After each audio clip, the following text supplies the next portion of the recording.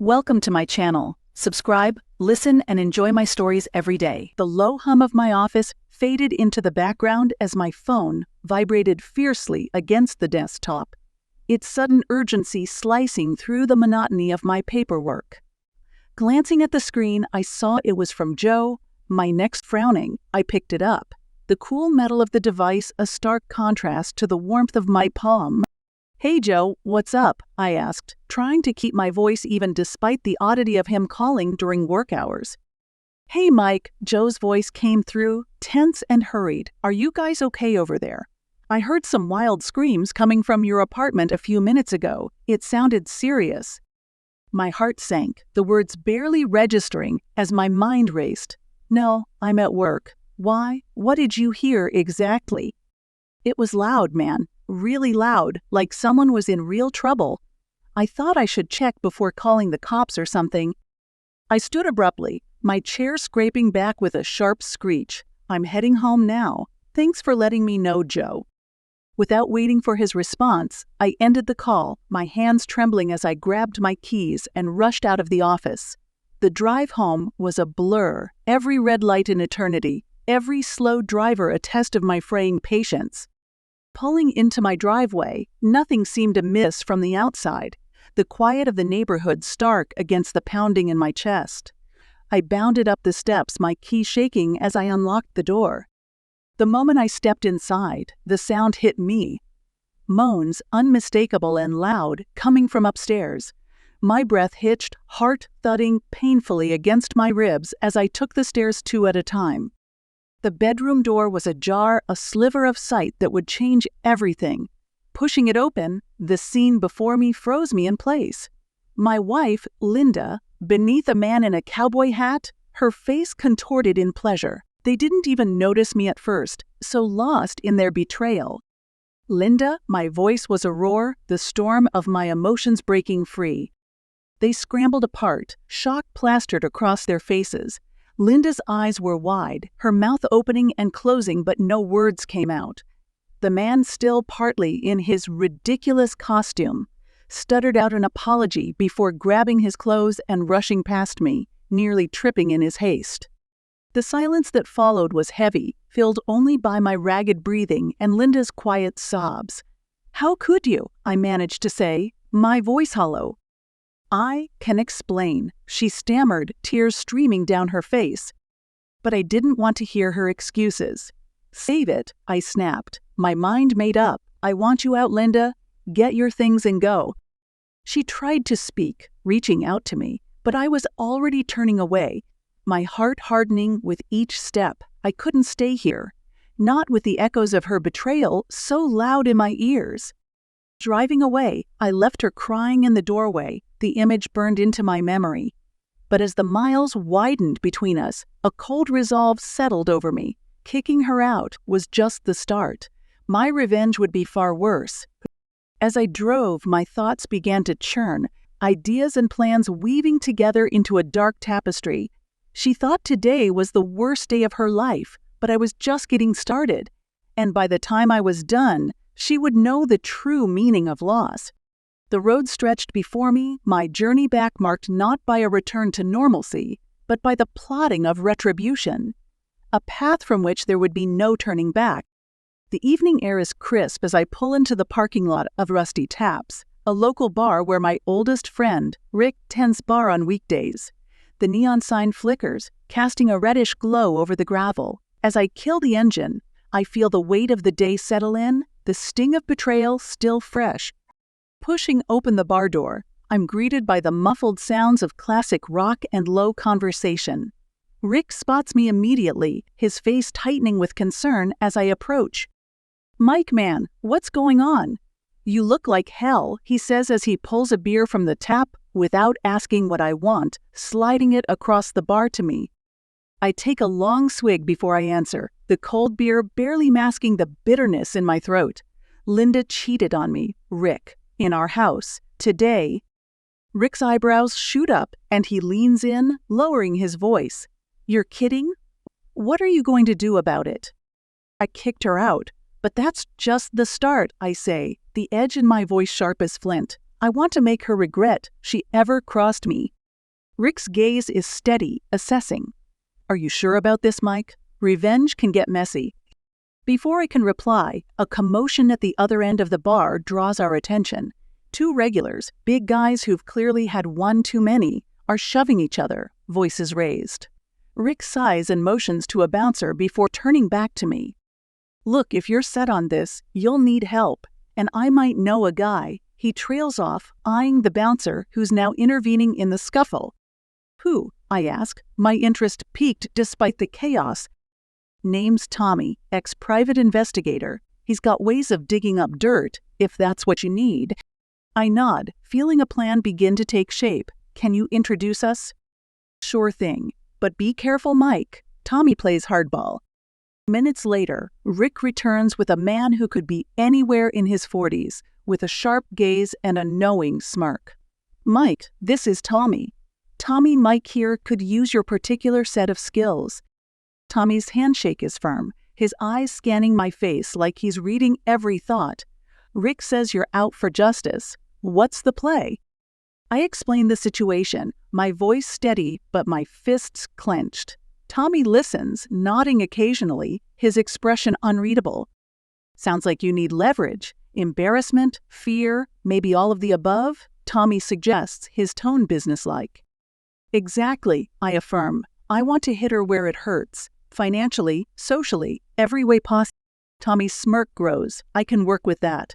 I'll need a few days to set things up, dig into her life, see where we can twist the knife. As we shake on it, a sense of foreboding mixes with my resolve.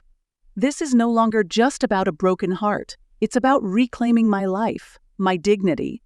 As I leave the bar, the night feels darker than before, and the path ahead more treacherous, but there's no turning back now.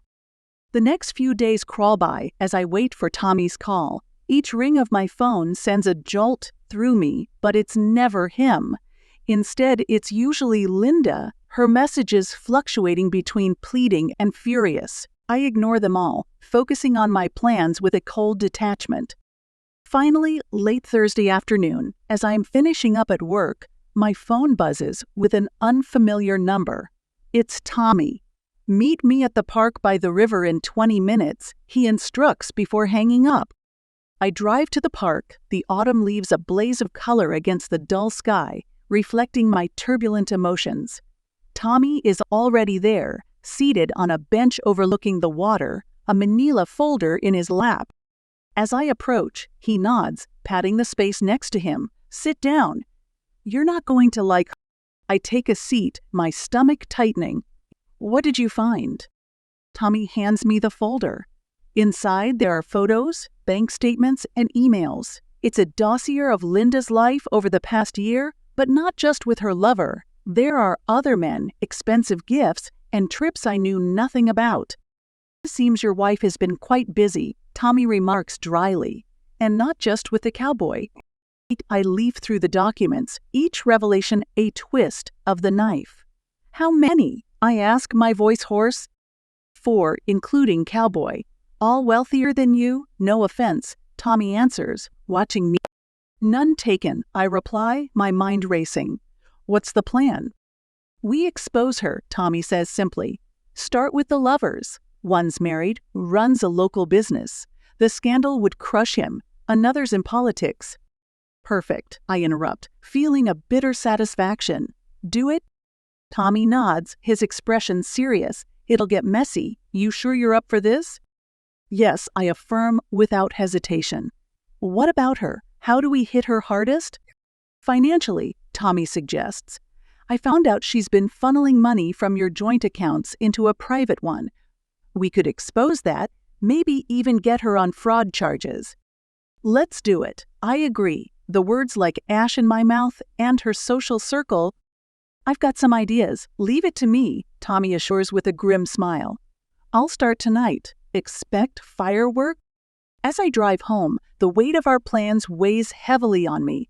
This isn't just about revenge anymore. It's a complete annihilation. I should feel triumphant, but instead, there's a hollowness that echoes with each piece of Linda's duplicity. At home, I pour myself a drink, sitting in the dark living room. My phone lights up again. Another message from Linda, a video this time. Curiosity gets the better of me, and I press play. It's her looking directly into the camera, tears in her eyes.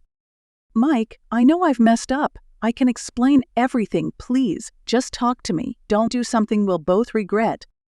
I stare at the screen long after the video ends, her words ringing in my ears. For a moment, doubt creeps in, but then I think of the photos, the lies, and my resolve hardens.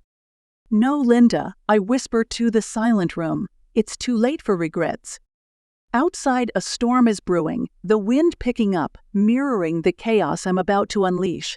As the first raindrops hit the window, I know there's no turning back. The storm inside me has already begun, and it will sweep away everything in its path.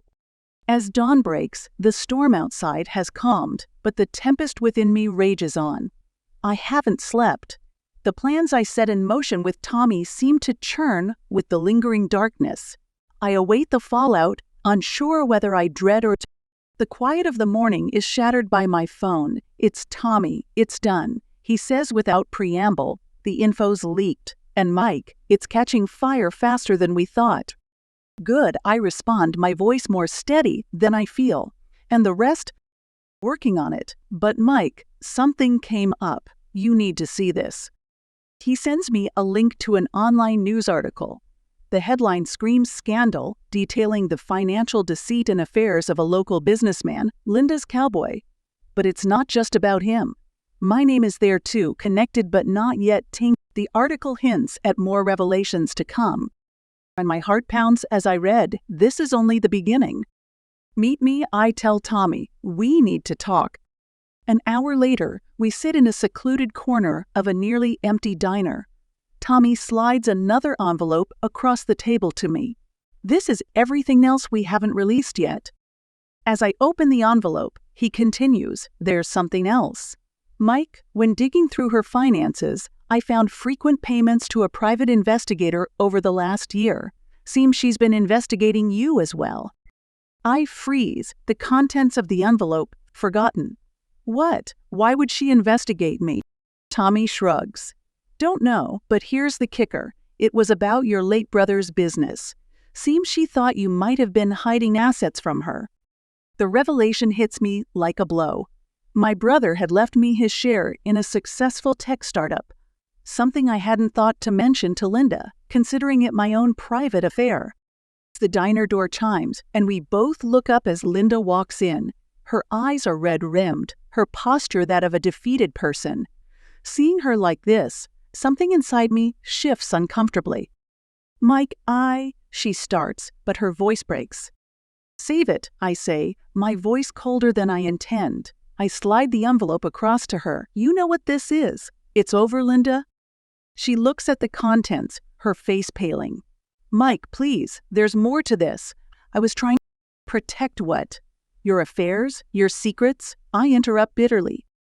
No, she says firmly, meeting my eyes for the first time today, to protect us. I hired the investigator because I was being blackmailed. About us, our finances. I thought it was something to do with your brother's business. The pieces fall into place with a clarity that chills me. The implications of her words slowly unravel the anger and betrayal I've nurtured. Why didn't you just talk to me? I ask, the anger in my voice now replaced with confusion and a hint of despair. I was scared, she whispers, scared of losing you, scared of what they threatened to reveal. Tommy shifts uncomfortably. Mike, if this is true, we might have moved too quickly. I stare at the documents, the planned retribution, and then at Linda.